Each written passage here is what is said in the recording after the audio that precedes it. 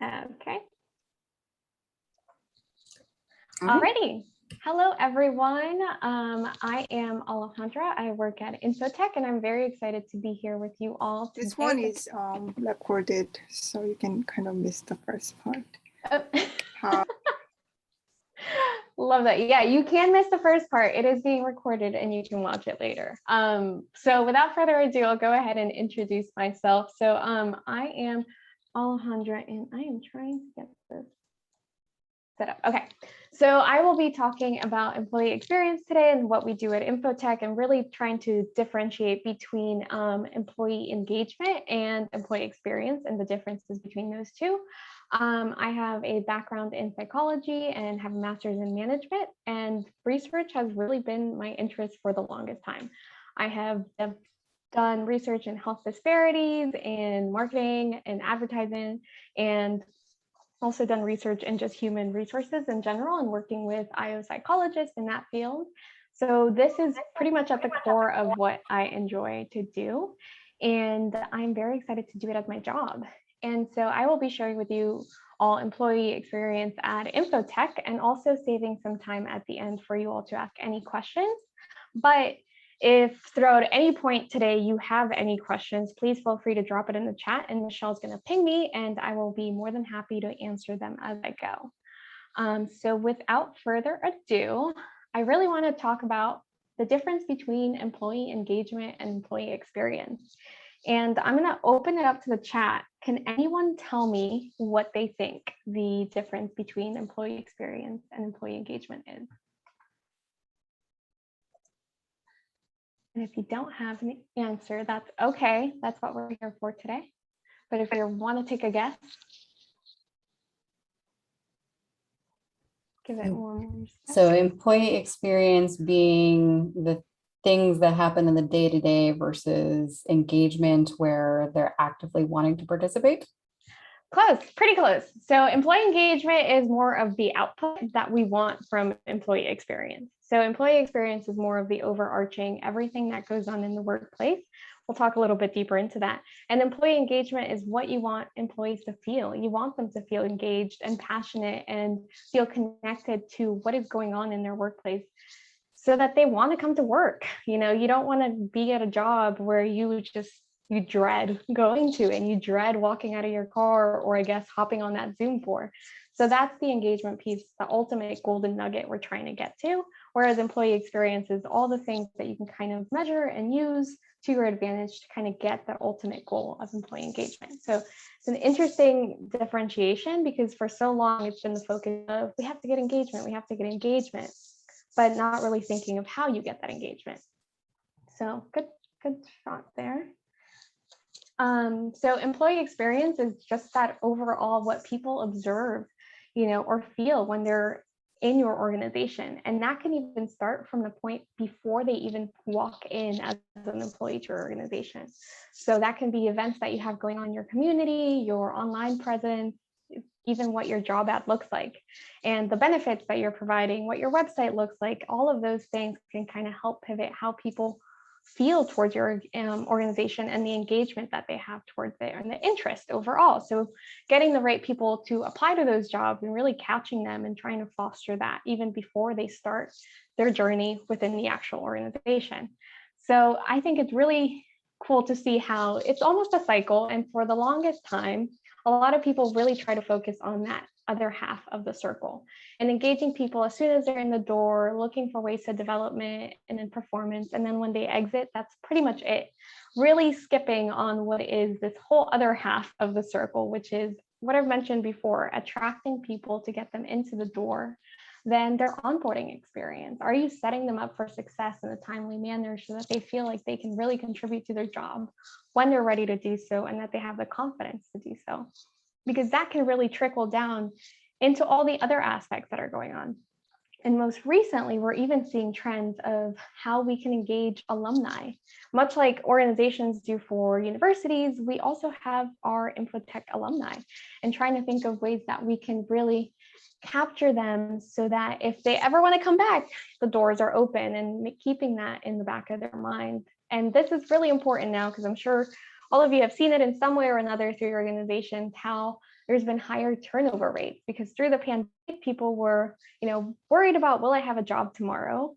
And really just, will I survive? And coming to that essential point and having those epiphanies of, am I doing what I really want to do? And other organizations opening up for remote work. And so the market for talent has become even more competitive. And so trying to keep track of our alumni and thinking of ways that we can bring them back is important. Likewise, this journey also starts over again when people transition into a new position, whether that be moving up in the organization, moving to a new team. The cycle really starts over again. So keeping track of all of that is very important because it can really just damage, perceptions and the employee experience overall, and it can lead to some, other business-related aspects such as revenue loss, perception of your company, and all those other things can trickle throughout. So at InfoTech, we really try to center it around our culture because that's something that we're very proud of. Our founders always say, treat people right, and we even coined it TPR. And if you are at InfoTech, you know what that means. So treat people right is at the core of everything. And you'll hear it a lot used through our treatment to our customers, but likewise, we also use that to treat our employees right.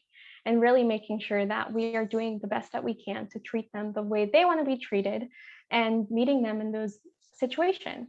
And we also have 4 core pillars, which is integrity, insights, inclusion, and innovation.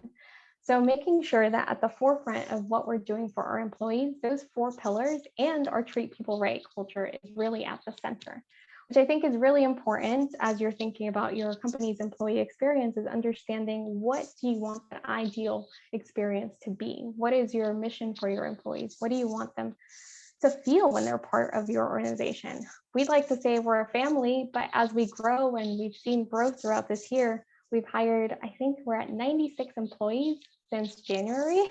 So making sure we scale that into a way that people still feel that even when we were just a company of 40 employees, and our sudden growth, and making sure it is a scalable process is really important. And we do this a lot. We take a look at our employees' journey, and we have started doing onboarding surveys. We do them at the 2-week mark, and then at the 3 months check-in, and then at 6 months. And the surveys, although there may be some similarities, are really touching at different points because, at 2 weeks, we're trying to really gauge what was the application process for you? What can you give us feedback? What was the orientation like? What's the basic training so far? Really trying to see how they're filtering themselves into the community. Then at 3 months, we're really looking at, okay, so how are you feeling about your job? What do you think so far? Are there things that could be better? Are we doing what we can? And then at 6 months, we really start to look at their organizational kind of communication, and do they feel like they're part of their team, the organization at large? Do they feel like they can talk to their coworkers about concerns? Do they feel like they can go to their supervisors too? And we've also started to use surveys through our training feedback. And after each workshop, you'll see that we send out a workshop feedback form. And it's been really great because we have had to pivot so much over the past year, as many of you probably have too, in terms of your work environment, and really having to shape how we train people and the people that we bring on board to do workshops and lunch and learn. So using that feedback to really shape how we do what we do. And most commonly, we also have performance reviews, which help us kind of filter feedback from the supervisors to the employees and help navigate that experience. But with 360 reviews that we've started implementing this year, we're also seeing that shift into what employees feel about their supervisors and how we can use that to shape their development as well. So lots of feedback coming in all sorts of different directions. Likewise for when people leave, such as what we like to call our goodbye for now surveys. And those are our exit surveys. And those really touch point in terms of how they felt about things going on, and now with the different lens of leaving. And we also ask questions about, would you recommend InfoTech as an employer? Do you have any reservations about that? Because that is also something really important. We really want to make sure that even though people might be leaving because they have this crazy job opportunity, they're leaving on good terms and still feel like there's a home for them here at InfoTech. And the most recent that we've had that has been very helpful was our return to HQ preference survey, where we asked our employees to before we made any changes and asked everyone, kind of like how Apple did and said, everyone's coming back to the office, we asked first, do you even want to come back to the office? What is your preference? What does that look like for different teams? What does that look like for you? Do you have any concerns about coming back to the office? And if so, how can we address them? And just using all that feedback to really shape our strategy for returning to work and the training we provided, and to the point of having different color wristbands for the people that are in the building and having the option, and setting them for success so that they feel safe, because for some people it may not have been an option because of their home setting, and they just really needed to get back into the office, but still wanted to be safe. So keeping track of all that information was really important to us. And I think we've had some really great feedback from our employees in terms of how we were able to do that. Ollie, really quickly, would you mind elaborating on the wristbands?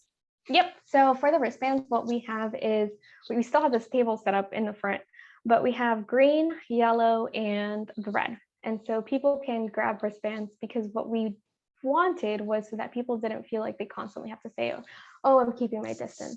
Oh, I'm not taking, I'm doing this, or this is where I'm at, or I'm vaccinated, I'm not vaccinated. So we wanted a way so people can identify themselves without having to pretty much out their preferences in every conversation. Out their preferences in every conversation. So the green is, you can hug me, you can do whatever you want. I'm like, we're good to go. We still have, our COVID mandates that you have to wear a mask around the office, and we have all the cleaning in place. And we also have the yellow that's like cautiously connecting, we call it, where you want like elbow bumps and you're like, okay, I'll do something a little bit more distant connecting. And then the red being just I'm staying 6 feet away. Love you from afar, we're good to go. So that's what we did, and it's worked out pretty great, because we have our lanyards where we have our badges, and people have been adding them on there. So it's been a good tactic. Yeah. Awesome. Thank you. Yeah, no problem. So that's it for it in terms of surveys. We have open-ended questions in all our surveys, and we usually ask 2 questions. One is, what are we doing good? Because we want to make sure we're not taking away what we're doing good. And the other question being, what should we improve, phrased in some way, or what are we doing bad? And what can we do better in those sense? And we also have several, we have our own little kind of question bank that we kind of take and move around depending on what the survey is and what we're trying to gather from. And it's usually a 5-point Likert scale. And that really helps in having those question banks. Sometimes I'll alter them, but for the most part, it's great because we have standards for what we've had in the past for those questions, and looking through history and different dynamics in terms of the departments and the employees. Our surveys are confidential and anonymous unless you really want to put your name on it and sign off. And that's pretty much it. We try our best to not have it distributed anywhere else in terms of individual responses. We always just share the aggregates. And that's pretty much it. We break it down as far as the department level, which there's only like 7 of them. And we have 350 employees. So even then there's a bunch. But that's usually as far as we go. We do ask in some surveys, we have asked demographic questions just to make sure that we're not seeing any major gaps in terms of different gender identities and different ethnicities. And those are all optional to fill out. And it's great for us, but we also don't want to force people, because there are some people that feel like, hey, I'm the only 60-year-old, this ethnicity, this gender, you can figure it out. At the end of the day, we keep that secluded so no one can look at the individual responses, but we understand that that is a fear and that is okay. But we love to look at those, and we really want to just understand who we're sampling. The timing of the sampling is also very important. We have our lovely IT team that decided to do a phishing test email that was about a survey at the same time I was doing a survey. So working with other departments to make sure that's not happening is really fun. I ended up having to have our IT person post about the survey being legitimate because it just became a running joke. So really understanding what's going on is important for sure. And we tend to look at, some major categories such as job satisfaction, people's enthusiasm to their job itself, work engagement, how they feel with their coworkers, supervisors, that type of dynamic. Employee retention, is there someone that feels eagerly about leaving? Or is there someone that just like, even if you gave me all the money in the world, I would not stay? That would be very concerning for us. Our InfoTech report card is a fun one. We pretty much just list out, all the things from our benefits, our vision plan, our, promotion policies and all these things. And we ask people to just pretty much rate us on how they think we're doing. It's pretty much our, like Google reviews in sense. And we also have organizational climate, which touches more in terms of diversity and inclusion questions, communication sources, and these have been really great categories to help us just track as we go, because things are ever changing, and using them as kind of the pillars for what we're looking at. And we tend to change depending on the situation. Last year, we added a few new questions to these just because we were all fully remote and different themes were coming up in terms of burnout, which we're seeing nationally. And so we try to keep it pretty consistently, but we're open to change as it comes. But yep, go ahead. So you talked a little bit about the privacy concerns, of course, with like self-identification, that kind of thing. I see a lot in tech, people being concerned about tracking of IP addresses and those kinds of things. And of course, the very paranoid are very aware of the ways that can be tracked. So I'm curious what tools you've used to assuage people's concerns, or if you've been able to even. Yeah, so we've tried it through our really big surveys that are really into like the deep core, that aren't just, hey, did you like this training, which are a little less concerning. The ones that are really getting more to the personal perspective, we use SurveyMonkey, and there's actually a way that you can select so it doesn't, when you pull the result, it doesn't pull the IP addresses as well. And I am the only person that actually sees the actual poll. And then afterwards, when I analyze it and work with data science, we pretty much, it's just like 3 people that see that Excel, which includes the individual responses. And we keep it under a passcode, and we try to keep it as safe. If you really wanted to read all of them, I guess you could find a way eventually, I'm sure. But we try our hardest to keep that within really tight knit so it doesn't go out, and we only share the aggregates, and we don't, we share comments as an aggregate as a whole, again broken to the 7 divisions, 7 departments. So that's as far as you'd go, and at that point you'd have like 50 responses, and you'd really have to dig in to find it. And we only share, hey, this is what you got for this question, and it's an average of that, and that's as far as we go. But it's really important. And there was a case where someone else was hired on to do a survey a long time ago, and that hurt the perception in terms of surveys at InfoTech. So we're trying to move it along and really establish that trust and transparency and how we implement that change in a better way. So you have to be very careful for sure. Nice, thanks. Yep.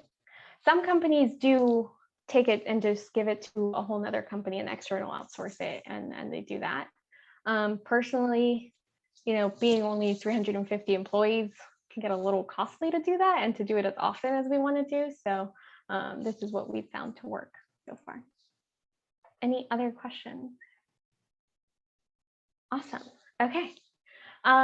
We also do more than just surveys. We have things called talent reviews, which we've trained our people managers on in terms of having more frequent check-ins with our employees that go beyond just performance, really getting into what are you looking for in your career at InfoTech and going beyond that. We also have exit interviews where before everyone leaves InfoTech, we sit down with them, our HR professional sits with them and talks through more candid responses in terms of why they're leaving. Is there anything they want to let us know before they head out, making sure that they're leaving on good terms and there's nothing that is being left behind that we need to address, and making sure that's clear. We invest in career development, talent management. We have a really good team that if you are interested in any particular part, you can reach out to us and we'll connect you to those employees, and really having you get that feedback so you have the opportunity to just really develop your career within InfoTech. And then always on surveys, which are our suggestion boxes. And we have those, are anonymous, again, unless you really want to put your name to it. And they go all the way up to our founding fathers of the company. And we have them that go directly to them. So if you ever have anything that you really want Tom and Jim to know, you have the ability to do so. And we have several suggestion boxes. We have them for accounting, IT, talent management, different department heads. And so having that opportunity for people to always have an opportunity to provide feedback anonymously, even when we're not doing surveys, I think is really valuable. And in a recent survey, we had like, hey, is there anything you'd like to change? Something along those lines in our open-ended questions. And the response was, well, actually everything I've said I've wanted changed has been changed. So I'm pretty good now, which was really great to hear. So knowing that that's working is awesome. And just having those venues for people is really good. And also looking at external sources. We take good care of our media and making sure that what we do internally is also showcased externally, and making sure there's an alignment within those, whether that be Glassdoor, Google, or corporate pages, LinkedIn, all of that. It's really important to keep track of that as well. Ali, there's a couple questions in the chat. Ernesto has a question about whether your system's using any type of machine learning or analytics to provide you with input. Not there yet. I would love that. Not there yet. We have really been pushing this kind of more data-driven employee experience, say, for like a year and a half now. I work closely with our data science team, which could probably talk more in terms of the tools that they use to help me analyze more of that stuff, but definitely not at the machine learning stage. In a similar vein, Stephen's asking if you have a systematic method of analyzing all the open-ended responses from your surveys objectively. Yep. So the way I do it is that we have at least 2 people read through all the responses, and that if we have 2 questions, we're talking about like 650 at that point open-ended responses. And then the way I was taught was to do, you read through them once, try to think of themes as you come up with them, and then you code. You work with your partner to think of what themes do you match, do you align with. You come up with a final list of those themes that you see for all of the data, and then once you feel like you have a good batch of those themes, you start coding each individual response into those themes. And so then we cross-check and see how much we align in terms of the coding and the how many of this theme came up. Do we have the same? Are we coding the same one? A lot of times people write a lot, and one can be counted for multiple themes as well. So I really like that theme method, and then it helps us quantify them, because then if we see 50 people put this theme and only 3 put this, you can kind of help prioritize what you're addressing in that way. And so then you can do the iterator reliability score after that and really get into how it's going from there. Quick follow question on that. Are you using like true grounded theory, or are you mostly just doing like thematic coding? Thematic coding. Mm-hmm. Okay, cool. Yeah. Okay. Any other questions?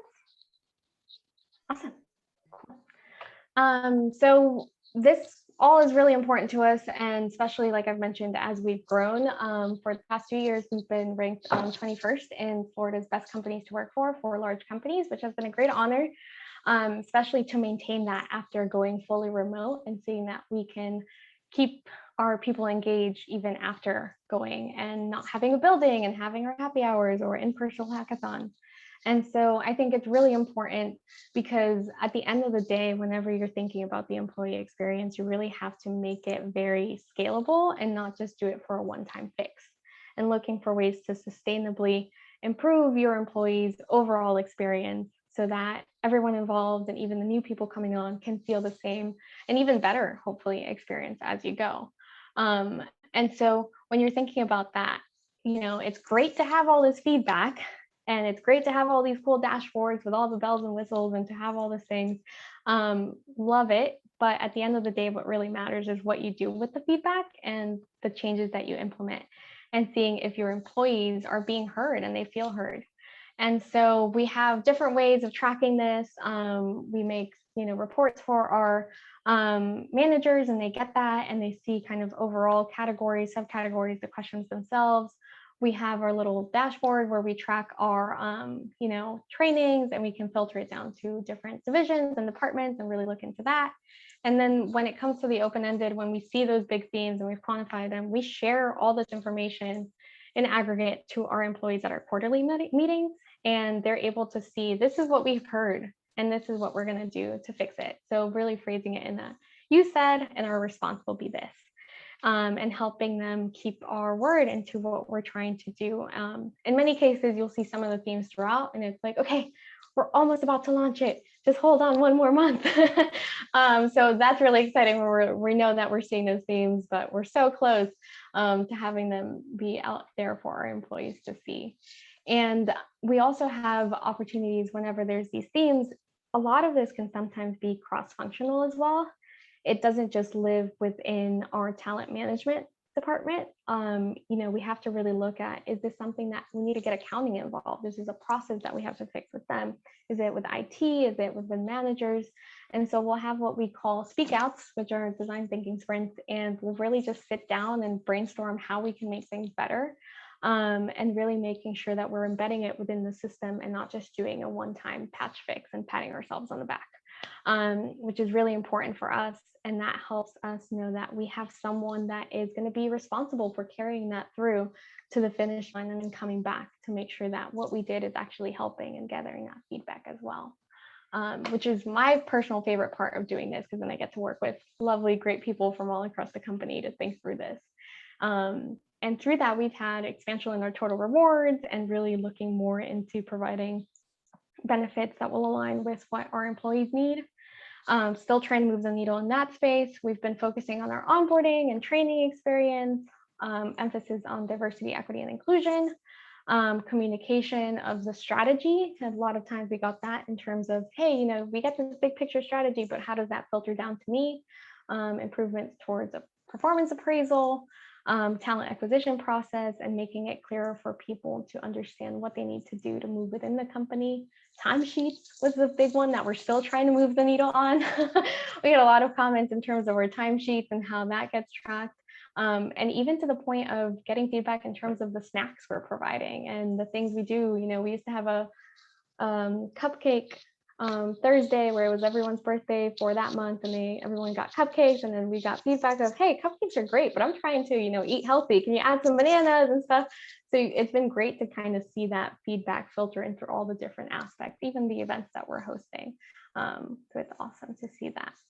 And like we've talked on some, there are some potential roadblocks in terms of, sometimes you may get feedback that's not so great. But with time, really implementing that pipeline and making sure that you're showing people that what you're putting into play is good, and you're really trying your hardest to show that, hey, you said this, we're working towards that, and letting them know where you are in that process, I think is really important. And after a while, you'll see that feedback really get more honest and descriptive and constructive. Looking into demographics can be difficult if you're a very small company. As you get bigger, it's obviously going to be a little bit better because you'll have more and people will feel more comfortable, hopefully, sharing some of that. But that can also be an opportunity for you to kind of go in there and asking the right questions. I've seen so many times people asking double-barreled questions, or not clear, or phrasing them in the wrong way, or putting them in random order, so you're having to context shift every time. So really looking at how you're doing the experience of how you're even asking for feedback is also very important. And like we've talked about, establishing transparency and making sure that your people see what you're doing with what you're gathering from them. Timing the feedback, making sure they're at a time where people feel like they can provide you that feedback and there's not a million other things going on and phishing emails that look like feedback.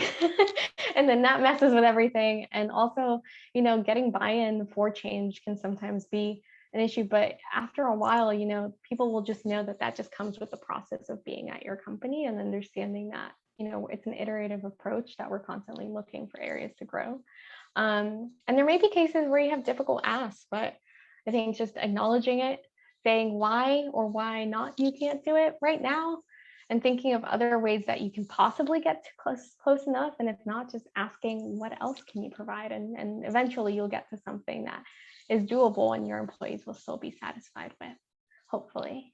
But that's pretty much the approach we try to take. We try to really look at our employees' journey, map what we think will be the ideal and what we can do in terms of a context, in terms of resources, capturing the feedback, empowering them to provide it through all the venues possible, and then making the changes and then getting more feedback on those changes. At the end of the day, that's really what we're trying to do. Is, everything's constantly changing, whether it be within our society or how we have to do our work. And it's important to really keep a pulse on that and really get to know your employees and use that to kind of filter into everything else going on.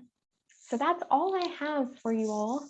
But I'm going to open it up for any questions you may have, anything interesting, share your thoughts. I'll kick us off with a question.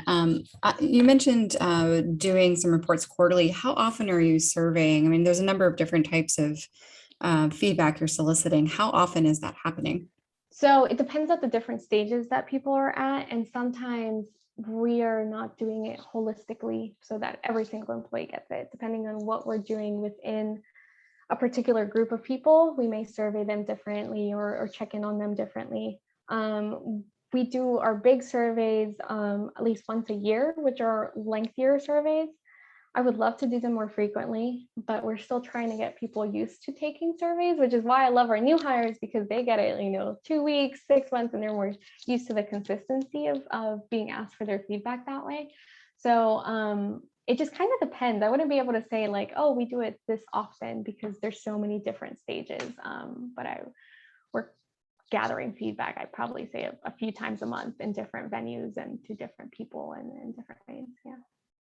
For your older or more tenured employees, how do you get buy-in from them to get them to fill out those surveys? Like, I can imagine having feedback fatigue, if you will, not wanting to do them after a while or just getting tired of doing them. So they have actually been pretty good about it. And I think it comes from the fact that, when they started, they were a small team and they could go to that door and be like, and they still can, but it was just, you're a smaller team, you could just like lean over and tell your supervisor and do these things. So we haven't had that much issues in terms of tenure. I would say it's more of that middle gap that probably need a little bit more access to, because those are the people that are, they've been here a while, they're trying to change in different career changes, and so trying to focus on other things. But for the majority, I think we have like an average of 78% response rate. So it's not too bad. But it really just depends too in terms of the type of surveys that they're getting and all of that. Mm-hmm. Thank you. Ernesto, looks like you got your hand up. Yes, so for InfoTech, can you hear me? Yes, I can hear you. So what is InfoTech's specialization? I mean, what is kind of your focus in the industry? I mean, I can tell it's in information technology. Yes, so we are we've been in Gainesville for over 40 years, and we started really focusing on data-driven insights and helping that inform through our technology. But at the core, we have two businesses. One business focusing on software as a service for road construction and advancement. And so pretty much a lot of the roads you ride on have been built on InfoTech software and have been managed through that, which is pretty cool.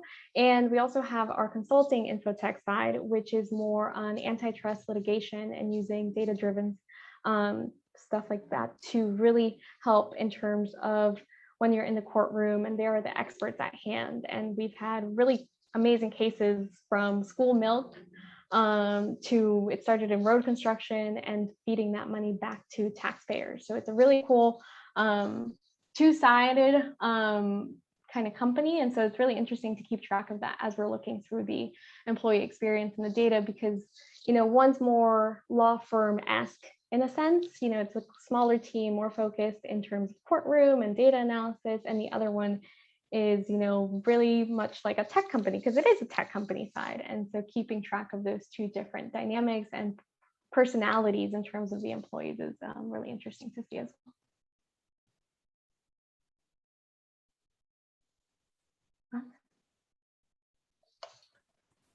How have things changed for you with COVID and soliciting feedback, or just a general culture shift that we've all kind of experienced?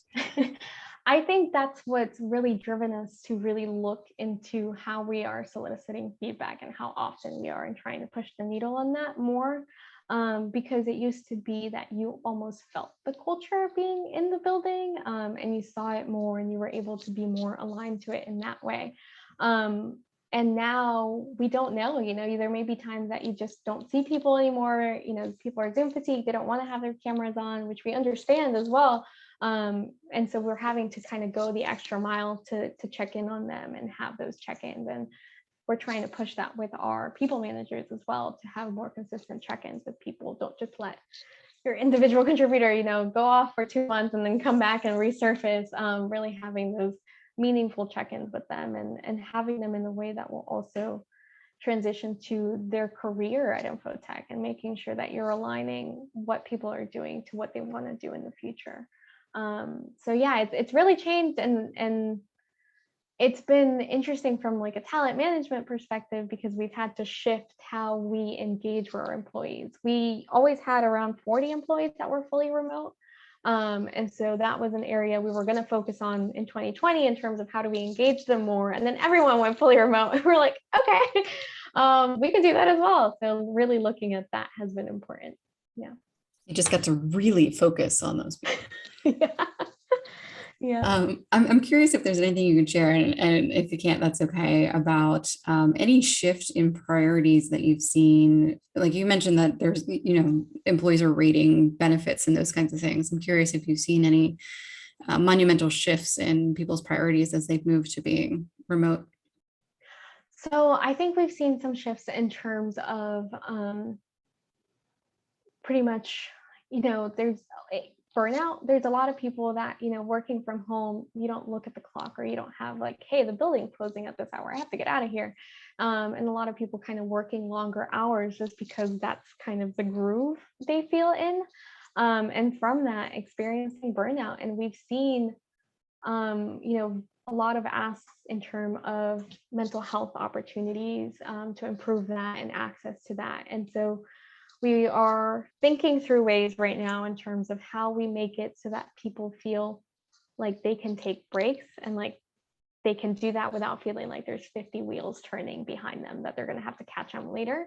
So that's something we're iterating on right now, is how we can incorporate that naturally so it becomes part of the culture, rather than something you have to kind of be brave enough to do and know how to do and be pushed to do. So that's one of them. We've also expanded our employee assistant network. And so we provide them with access to free counseling sessions and other aspects in terms of just legal issues, benefits, all these other health related benefits in that as well. Yeah. Ernesto, go ahead. So I guess towards the beginning, you were talking more about the employee experience. Mm-hmm. I guess in your system, do you have like a certain way that you've kind of built in like the survey and feedback system, like in your user interface, So where we it's pulling the information? Is it like a funnel type system, or? So right now we're still kind of mapping those all together, because we've had a mixture of tools and we're trying to map them so that it becomes a little bit more cohesive, and that our ideal stage would be to track employees from the time they start, from 2 weeks, and those surveys that I mentioned in onboarding, and see how they track throughout their experience in the onboarding specifically. That's one that we really want to track, because that's such a crucial time for people to feel like they're ready to do their jobs.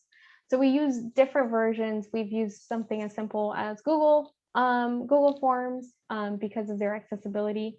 And we've also used SurveyMonkey, and we've looked at other variations in terms of some potentially for Slack and Slack bots, and looking at that. We're still not sure if that's the route we want to go. But for now, it's kind of different dashboards that we have to look at and we map, because it's such a different concoction, and we can't really tie one-to-one because of the confidentiality and anonymous of those, but we can track it through the groups and the segments that we can break it down to, so the divisions themselves, and we know that, here's how our operations overall is feeling, and this is how this group is feeling. So that's generally how we tend to track it.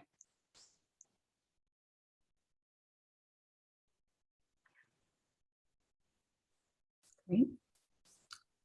Any other questions?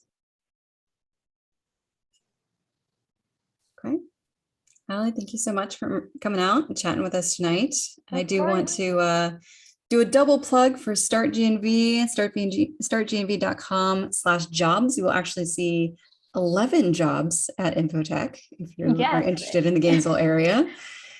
So if you'd like to work with Ali, there you go. You've got some great opportunities for that. Yes, we have great, and those are, some of them are for multiple positions as well. So if you're interested, please go on to our infotechinc.com/careers.